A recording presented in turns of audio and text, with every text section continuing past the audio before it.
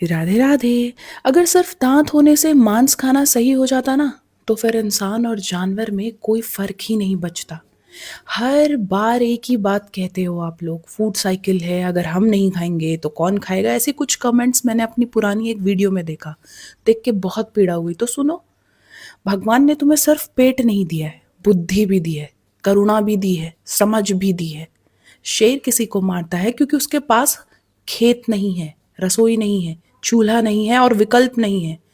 लेकिन तुम्हारे पास दाल है, फल है, सब्जियां हैं, अनाज है, फ्रूट्स है, हजारों विकल्प हैं खाने के लिए। फिर भी अगर किसी की गर्दन कटती देखकर तुम्हें स्वाद नजर आता है, तो सोचो समस्या यहाँ पर तुम्हारी भूख की है या एक आदत की है। और सबसे अजीब बात पता क्या है? इंसान खुद को बहुत सभ्य बताता है, लेकिन प्लेट में लाश को देखकर खुश होता है, स्वाद देखता है। कभी किसी इंसान को सड़क पर किसी का कच्चा मांस खाते हुए आपने देखा है? नहीं ना, क्योंकि आत्मा अंदर से जानती है ये प्राकृतिक नहीं है। बस आदतों को नॉर्मल बोल बोल कर दिल पत्थर कर दिया गया है।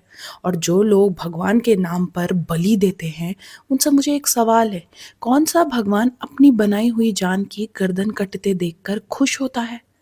भगवान प्रेम है, करुणा है, दया है और एक भाव है।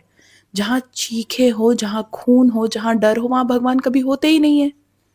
वो सिर्फ दिखावे की एक दीवारें होती हैं, मंदिर नहीं। याद रखना, जान देने का अधिकार और लेने का अधिकार सिर्फ भगवान को है, हम इंसानों को नहीं। तुम्हें कुत्ते की भाषा नहीं समझ आएगी, बकरे की चीख नहीं समझ आती, मुर्गी का डर नहीं समझेगा, लेकिन इंसान की भाषा तो समझ आती है। तो इंसान के शरीर में होना, इंसान जैसी हरकतें भी करो, जानवरों जैसी नहीं। और सुनो, ये कोई ज्ञान नहीं है, ये उन बेजुबानों का दर्द है जो बोल नहीं सकते। इसीलिए मैं बोल रही हूँ इस वीडियो के माध्यम से। कहते हैं ना, राधा नाम ही हमारा उद्धार करेगा, क्योंकि राधा नाम का अर्थ है प्रेम, दया, करुणा। जिस दिन थाली में हिंसा हटेगी, उस दिन जीवन में शांति अपने आप आ जाएगी।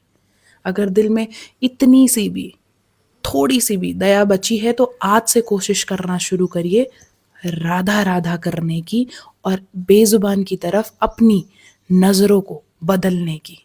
राधे राधे।